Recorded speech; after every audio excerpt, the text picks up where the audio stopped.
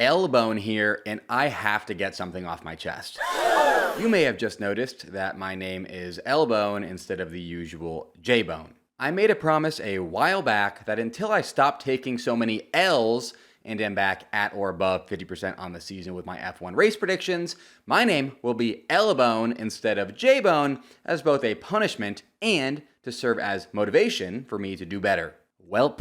If you haven't been following along this whole season or you need a reminder, I'm currently 28 for 64 on the season with my F1 race predictions, aka at 43.75%, aka way below my 50% goal. Hence why my name is still Bone and why I get really upset when you guys constantly remind me in the comments that I'm below 50% on the season with my predictions. Yes, I know I am, so please do not go comment right now that I'm below 50% on the season with my predictions, because I already know. Seriously, do not go comment that right now, because I will get upset and I might even respond to your comment. So anyways, what do I want to get off my chest? I did the math, and the only way that I can finish the season at or above 50% with my predictions is if I go a perfect 3 for 3 for each of the remaining 3 races, so 9 straight predictions being right.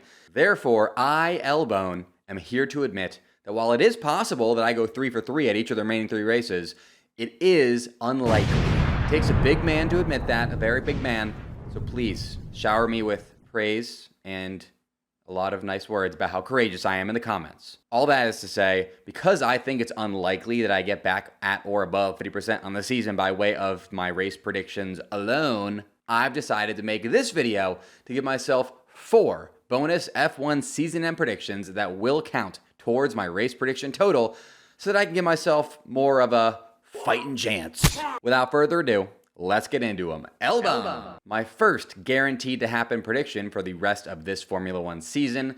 I predict that Checo Perez will lose his 2025 Red Bull seat before the end of this season. Now, just saying that Checo Perez is going to lose his Red Bull seat for next season is not that hot of a take by itself. It's more like a room temperature take where, nobody would be surprised if it either did or did not come true given the current circumstances. Nobody would be surprised if Checo did lose his seat because Checo is having an absolutely awful season any way you look at it. He's almost certainly going to finish this season P8 in the World Drivers' Championship, 7 spots below his teammate Max Verstappen, who's going to most likely finish the season in first place and be crowned 2024's World Drivers' Champion. This means that if and when Red Bull fail to win the World Constructors' Championship, which is just Checo's and Max's point totals combined, in which they're currently in 3rd place in, the blame falls squarely on Checo's shoulders for failing to deliver results despite being in the same car as Max, who's in first place. On the other hand, nobody would be surprised if Checo did not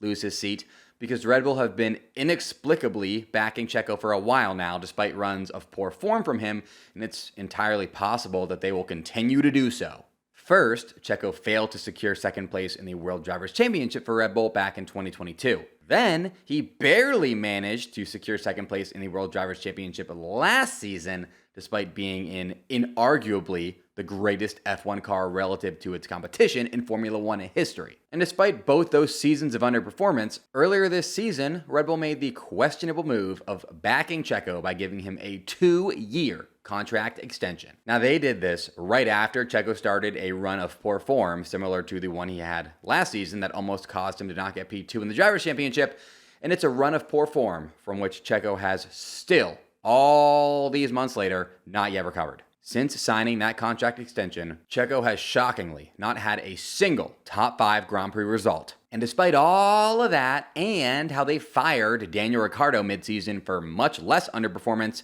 Checo is still signed on to be Red Bull's driver for next season and the season after that. Some believe it's because of all the money Checo brings along with him to Red Bull due to his mega celebrity status in Mexico and his billionaire backer Carlos Slim.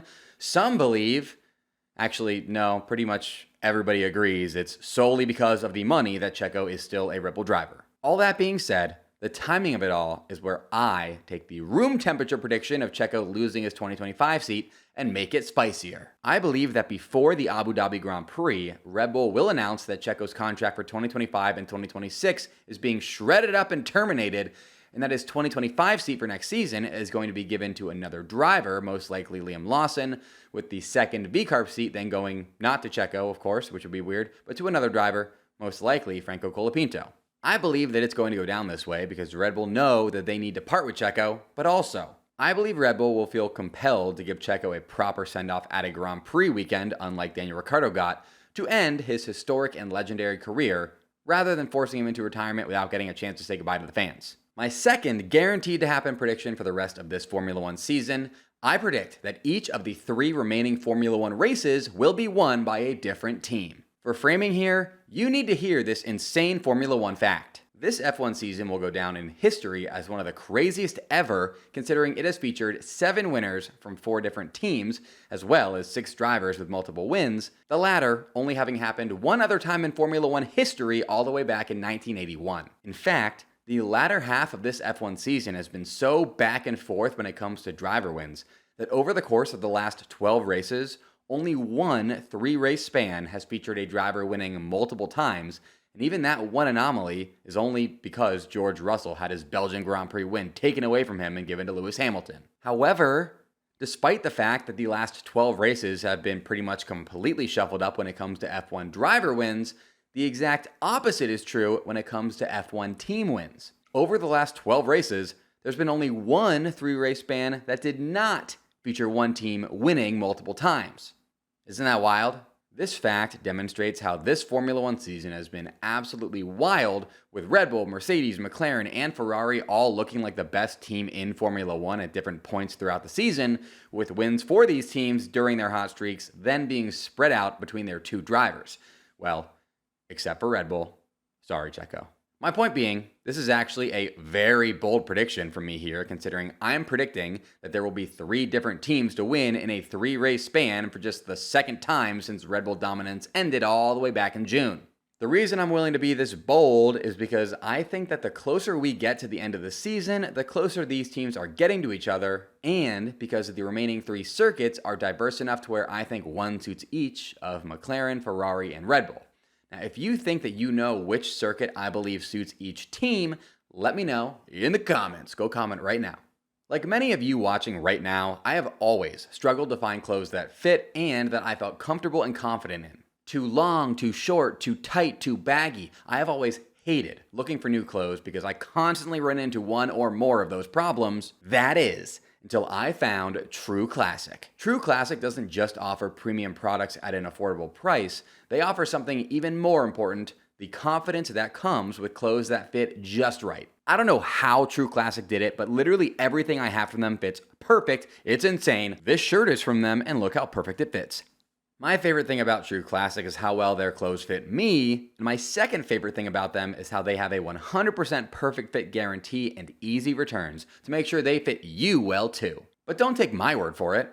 Actually, wait, no. Do take my word for it and then have my word be why you go shop their website right now. The holidays are here, and True Classic's ultra comfortable, perfect fitting essentials make for the perfect gift for you and the men in your life. So if you're ready to upgrade your closet, shop now and unlock big savings during their huge holiday sale. Just go to my exclusive link at trueclassic.com/jbone to save.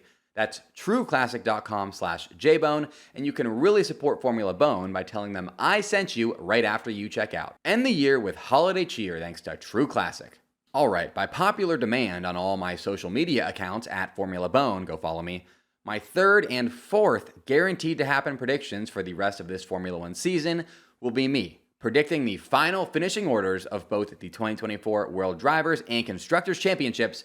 And yes, I'm obviously predicting there to be some shakeups between now and the end of the season, or else this would be a really boring segment. Here's how I predict the final 2024 Formula One World Drivers and Constructors Championship standings will end up after this season's remaining 3 Grand Prix weekends are all said and done.